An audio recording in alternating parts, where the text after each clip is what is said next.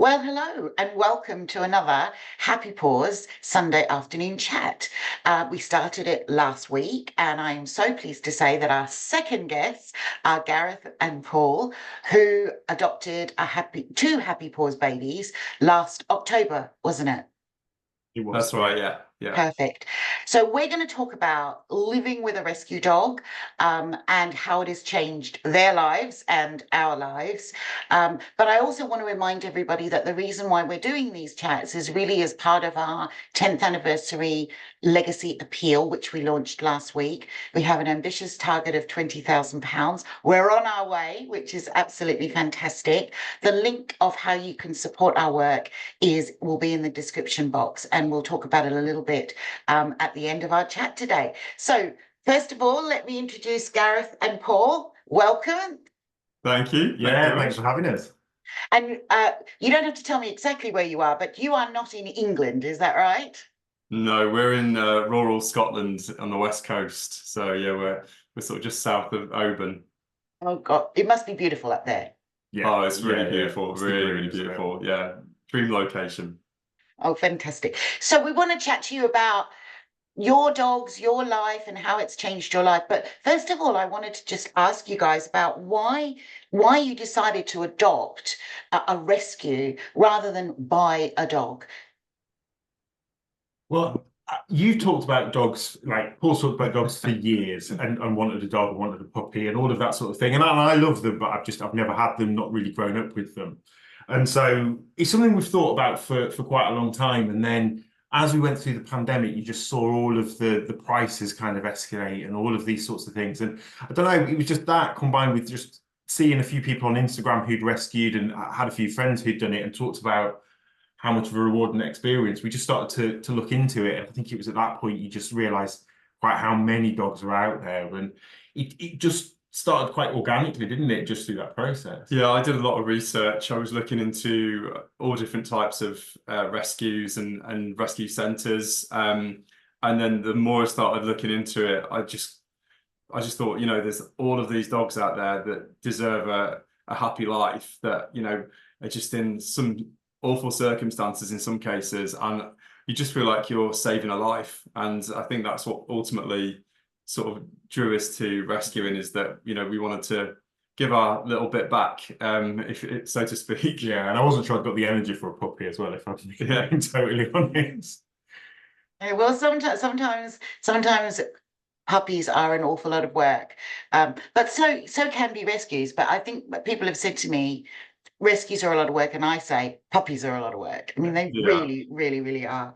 And how did you find Happy Paws? How did you find, and what made you apply to Happy Paws?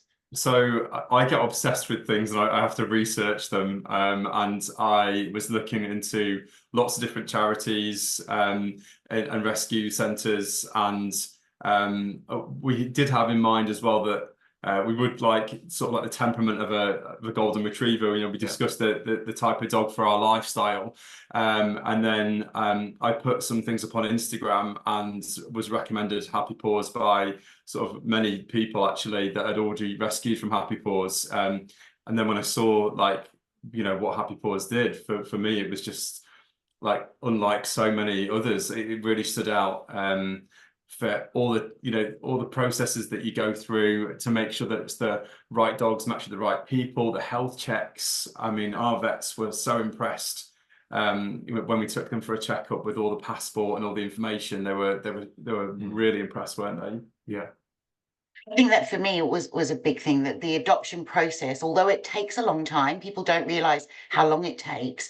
It's done so well, in my opinion. How did you find it? I think exactly that. I mean, I've nothing to compare it to, but when you sort of listen to other people's stories who might not have had the same kind of care going into that kind of preparation for a sustainable, kind of adoption, I mean, it's worth the wait. I mean, the way these boys behave, and they've come, they're house trained.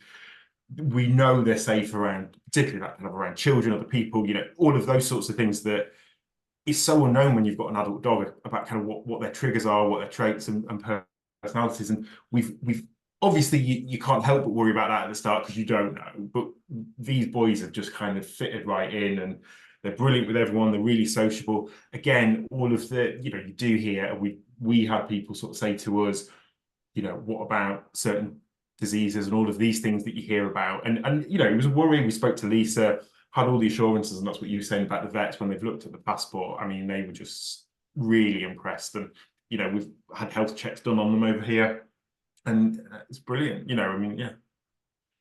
I think that's it. It's the amount of care and love that goes into rescuing these, and also knowing that not all of the dogs will be rehomed because they've got to be suitable. And I think that's something else that I really liked about the charity, that there are certain dogs which are street dogs, and you're not only sort of rescuing these dogs and rehoming sort of like the dogs like we've got, but you're also feeding and looking after the street dogs around the areas. And I think it's just a phenomenal charity that's just got love and care at the heart of everything that it does.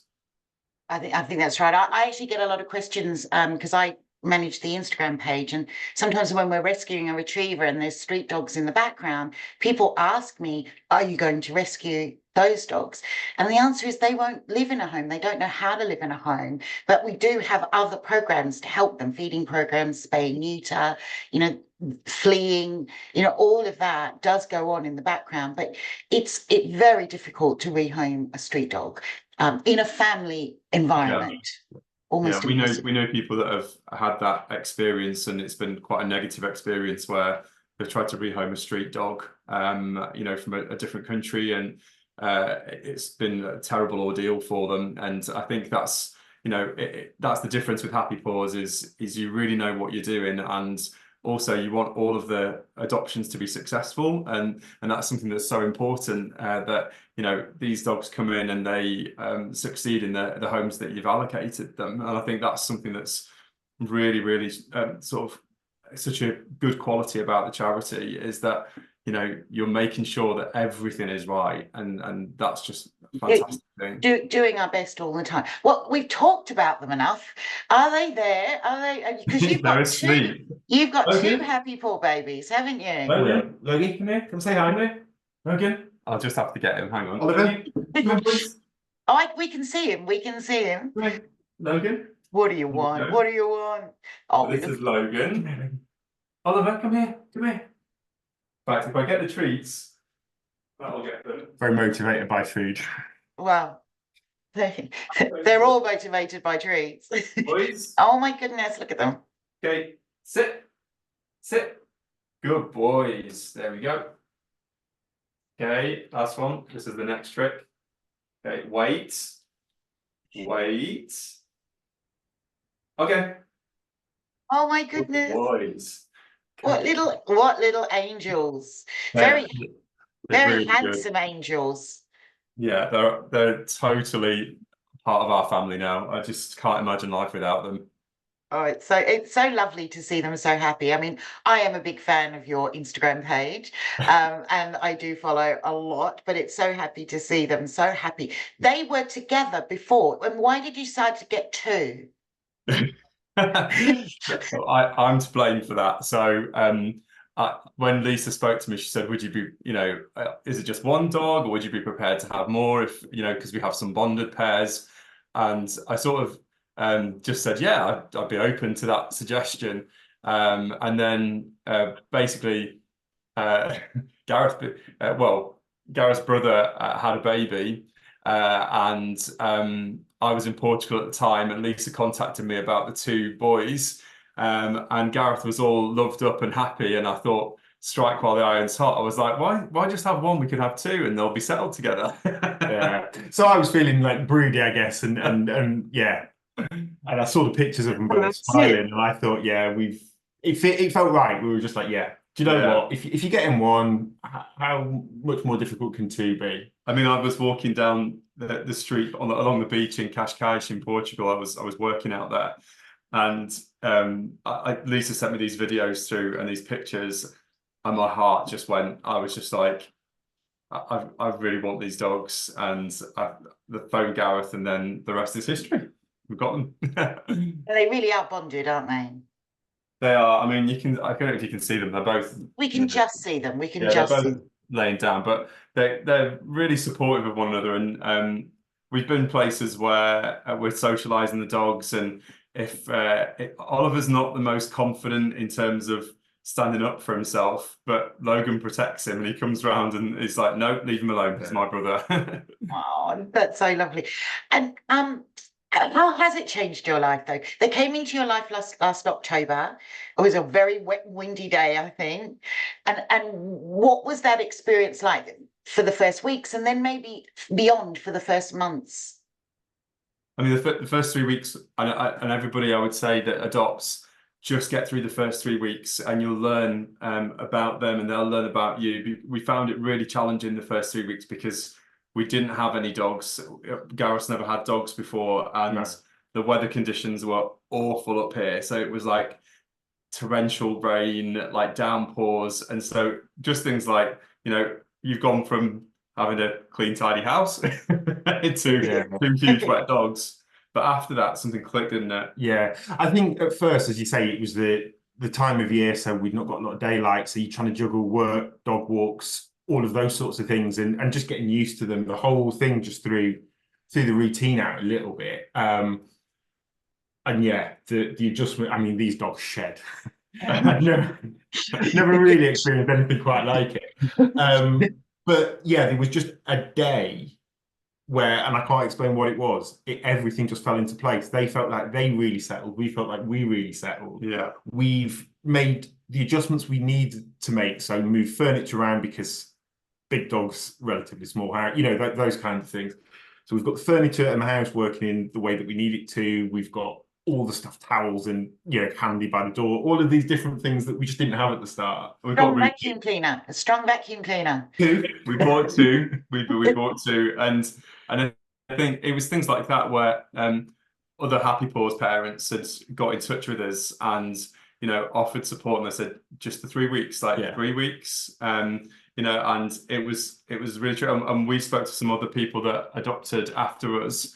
And we kept in contact with them, and they said exactly the same thing. It was like it's 3 weeks, and then it's really just strange, isn't it? Strange change happens, and I think the dogs finally can decompress and just start to, be themselves and relax a little bit. And our lifestyle before the dogs was that because we moved up to Scotland, it was about being in Scotland, going out day trips. It was just little things like we struggled getting them in and out of the car. We didn't know them that well, so we didn't know how they were going to behave in other situations. So we restricted everything. We were probably the problem. Yeah, we were. It was us. So we stopped going out, we stopped doing all those things, thinking, oh God, what have we done? And again, as I say, something switched. We just did it. We've got the routine. They love the car now. I mean, they go and sit in the car while we're doing the gardening because they love going in the car. We completely chill out. We've had the entire garden fenced off. Spent a fortune. Yes, you have, haven't you? Yeah. How has it changed your life? It's changed everything, hasn't it? Well, the first day that we had all the fencing done, we were like, right, you've got freedom, boys. You can go wherever you want. And we'd left we've got a van, and we left the doors open on the van. And we thought they were going to run around and everything, and they just took themselves off and went and slept in the back of the van for 20 minutes. but I mean, now, you took them out earlier for like an hour, and I missed them. Do you know what I mean? Like having to go away for work and not be around them. You talk about separation anxiety in dogs. I think we have separation anxiety from them. and our days out are planned around them. So we go places we know that we can go and eat with the dogs, take them places we know they can go for a good walk. We can have, and we have a great time. Everybody loves them. I mean, people stop them, not us, but it means you just chat to people. We've got our evening walks, same routine, loads of dog walkers. So you meet different people. It makes it so sociable, and actually it's brilliant. Like people were saying to me at the start, you'll build a bond like you've never experienced. Like I couldn't understand what they meant, and now I can completely get it. They are unbelievable. One of the worries that I had with the adoption sort of process and things like that was that, and I knew that you would get a bond with it, but obviously I'd had pups from younger. From when I was younger, and the bond that you get with your dog is unbelievable. And I was worried that you wouldn't get that with a rescue, and I couldn't be more wrong. The connection that we've got to these two and that they have got with us it's as though we've had them forever. And I mean, yeah, I miss them when I'm away. If I'm working away in Gareth, so I'm jealous that he's going to get to do the walks and the cuddles and yeah. So I yeah, think that is the beauty of dogs, though, because it's you were talking about the first 3 weeks. I've had my little pumpkin down there, Layla, for 2.5 months, and you worry more than they worry, and they yeah, once you calm down, they calm down. yeah, totally. It's and they just become part of your life. That there's so many more dog-friendly places as well in Britain. Yeah. That I forgot to turn the sound off my phone. There you go. So There's so many dog friendly. So she comes with me virtually everywhere, yeah, virtually everywhere now. it's the same with our two. Like, I mean, here, sort of like on the west coast of Scotland, it's geared up for people with dogs, and most places are dog friendly. In fact, we'd sort of we were going to get some food, and the place where we're going said, please make sure you bring your dogs. We want to see them and meet them. So we've been positively encouraged to bring the dogs. People have said, yeah, Celebrities we now wouldn't have let you in if you hadn't brought the dogs. have all the dogs. All that. So I'm going to ask you this question, but I think I know the answer. So would you recommend getting a rescue, Absolutely. adopting? Yeah, 100%. I think I'll always rescue now, and just knowing that there's so many out there that this is something that we talked about as well, and that Lisa spoke to us about, was about having older dogs as well, and people could be put off by having older dogs, thinking you might not have that much time with them or anything, but every time, like if there's an older dog, we've said this as well, like no matter how long that dog's with you, if you're giving it's like last piece of happiness in its life, then that's so valuable. Back to the bond thing, the bond we built up with these in just a few months, it doesn't matter how long you have a dog, whether it's a puppy or an older dog, that bond is so built so quickly, so strong, that it's always going to be devastating. That. And we've just thought it's about quality over quantity. We don't know no one knows how many number of years any of our pets have got. But I think it feels so rewarding. You can see the changes in their faces as they've relaxed and become happy. And you just go, right, they bring us the joy. We just design everything around them and their lives. And it's an incredible experience. I mean, Logan actually people comment now from the photos when we first got him, how he looks younger. And it's, we do feed them really good quality food, like Happy Paws recommended, like what to feed them and everything. Their coats are in such good condition. It's they get out exploring, socializing as much as possible. But they look like they really do. They have a wonderful life with you guys. Yeah, I mean, I've even got a thimble toothbrush now, and put the toothpaste on, and you're brushing their teeth. And saw that yesterday. You did a story yesterday, didn't you? Yeah, I put it on my Instagram, and honestly, I couldn't believe it, because at first they were a little bit funny about it, and Logan's still not that happy about it, but Oliver absolutely loves his teeth being brushed, so it just makes me laugh and giggle. Oh, good. Well, your vet will be very, very happy, I can assure you. Yeah. They're always nagging us about weight and teeth is what they always nag us about. Well, guys, thank you so much for joining us today. It has obviously, I think, changed your life for the better, would you say? Absolutely. Unbelievably. I'm so happy with them. It's such a positive experience. Oh, it's lovely. It's lovely to see it, hear it, and just be so obvious. If you don't mind, I'll put your Instagram pages in the link below. Is that okay? In the box, in the box below, so that everybody, if they want to follow you, can do, and see Oliver and Logan's story and their lives. I will also put the link to our Just Giving page for the Happy Paws 10th anniversary legacy appeal. We launched it last week. We've got donations already, which we're so grateful for. Whatever people want to give, we'll be happy with, or people might want to put on a fundraiser, either a fun day, a dog meetup, I was talking last week about when a lady shaved her hair off. I would never do that. You can sponsor me as much as you like, but a sporting event, anything like that, and then you can just give it to the Just Giving appeal. And we'd be so grateful. We launched it last weekend, but it ends in August, which is our anniversary. So we've got a very ambitious target, and I'm so grateful for you guys taking the time to chat to us on this Sunday afternoon. Thank you to the boys who did so well behind you. I cannot see them. I don't know why I'm looking over. Like it'll make a difference if I lift over. And thank you to the two of you. We're so grateful. Thank you. No, thank you for having us. It's a Yeah, pleasure. thank you. Okay, bye then. Bye.